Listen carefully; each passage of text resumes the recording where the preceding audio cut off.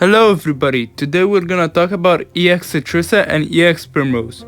We will start with EX Trissa, and I want to say that her physical attack is low compared to your average hunter, and her magic attack is really high because the EX jobs have the same stats as the normal units.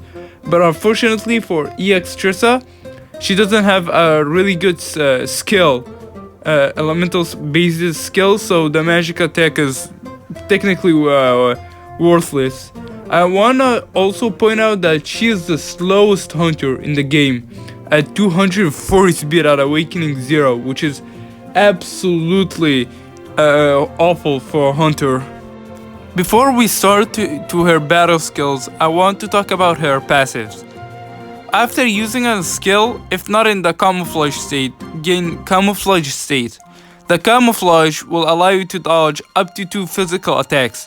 So how this works is that when you use a skill, you will gain this buff, and if you, let's say, dodge 1 physical attack and then use another skill, it will not replenish. So you will have to run out of the dodges first, then use a skill for it to replenish. And her 3-star skill, when the camouflage state, 15% bow damage up and 30% SP reduction.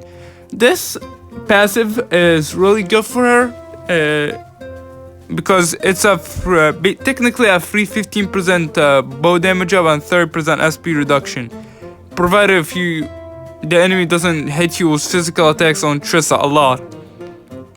So her entire gimmick is basically evolving about the camouflage state and something called arrows.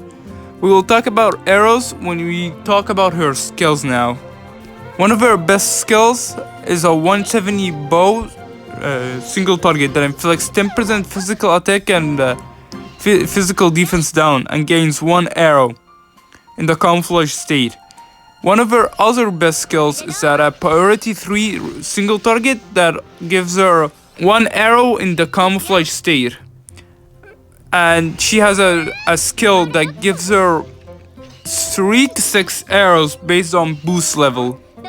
What is the arrow mechanic are you talking about? The arrow mechanic is that she has a default skill that hits a 1-time single target and uses up to 9 arrows to hit 1 additional time. So how it works is that if you have 9 arrows, she will hit 9 additional times. In this footage right here, I have gotten 8 arrows stacked with EX Trissa, and her skill is at 80 potency. So technically it's a 800 potency bow attack, provided if you use all 9 arrows. It's not that hard to get her arrows, but you will need a lot of support. So you want to just keep spamming her arrow gain, which takes like 3 turns, which is not really good. And this is why I believe EX Trissa is not really that great, and the reason being is that she requires you to spend multiple actions just to get her arrows. On my opinion, you should not really pull for EX Trissa, since basically her entire purpose is that being a tank hunter for the physical attacks. But she kind of fails on that, so yeah. Her ultimate is exactly like her single target, but it hits with less potency, but it's an AoE. Either way, we will go to EX Primrose now. EX Primrose has the same stats as her normal counterpart, and her stats is insanely good for an apothecary outside of her HP. Her HP is a lot lower by like 500 on average for the average apothecary, so yeah. Outside of that, her stats are insanely good, especially her magic attack. Since healing are based on the magic attack of the character, this stat is insanely good. Same with her speed. Now, let's move on to her passives. Her passive 1 is if PP is at 0 after the PP recovery phase. Recover 1 PP. How it works is that the game checks if EX Primrose is at 0 PP at the start of the turn. If it is, she will automatically gain 1 PP. So this is really good for a passive for her.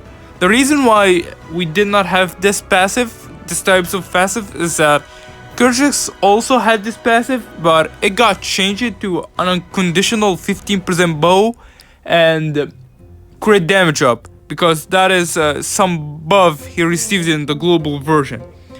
Her passive 3-star is also really good for her, especially since her SP cost is really high.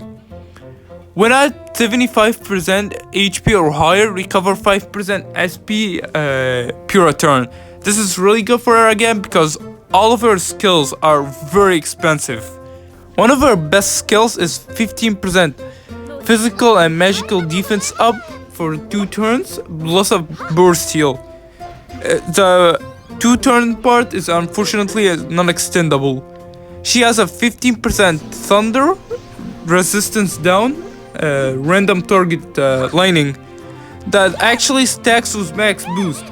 The max boost variant has a medium chance to inflict paralysis, pure hit. So if you cast this skill normally and then max boost the turn after, you will get 30% thunder defense down by herself, which is insanely good.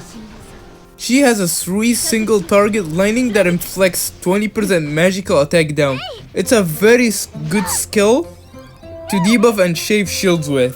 She has a full front row 15% magical attack and physical attack up for 2 to 5 turns and removes the status element. At max boost, this also removes all stat down debuffs like physical defense down. Let's get to her best skill. She has a 4-hit lightning random target that has a small chance to inflict 15% physical attack down for 2 turns pure hit. If you have somebody like Soricia Viola, they can keep this debuffing the physical attack part, and you also will shave 4 shields in the process. She has a 2-hit AoE Thunder that inflicts 15% physical defense and magical defense down. This skill is insanely good, and it's basically keeping up the physical defense and magical defense down on the enemies. Now, her most broken skill ever. She has a all allies heal and max boost, which is a 150 potency heal. She gives 15% speed up, and she recovers the ultimate gauge by 20%. So if somebody in this turn, let's say Richard, at ultimate level 9, uses 3 PP, and then you use this skill from Primrose, she will allow him to the turn after to use his ultimate right away. And this is why EX Primrose is insanely good. Her ultimate is no exception. She has a full front row, 20% physical attack and magical attack up for 3 turns, and recovers 15% special gauge other than herself. So, what is my thoughts about EX Primrose? EX Primrose is a must-pull character in my opinion because of her overwhelming amount of support that she can bring in the team in just one character slot. She also allows you to use her all allies here and also use Renew's War Prayer and still have everybody healed up every turn. And we all know how good Renew's War Prayer is. My main issue with EX Primrose is that she really requires you to have Hasumi's accessory or her own accessory equipped, because the one additional turn of buffs that you can have is really beneficial for EX Primrose, especially that skill that gives 15% physical defense and magical defense up. That becomes 3 turns instead of 2, and her ultimate becomes from 3 turns to 4 turns at ultimate level 10. This is why I think Hasumi's accessory or her own accessory is insanely strong on her. Speaking of which, what awakenings should I do for EX Primrose if you are a free-to-play player or a light spender? On my opinion, you should go for Awakening 0 and Ultimate 10. Because her ultimate is insanely strong and you want it to be at ultimate level 10. But if you are a high spender or a whale, I am actually just gonna say this.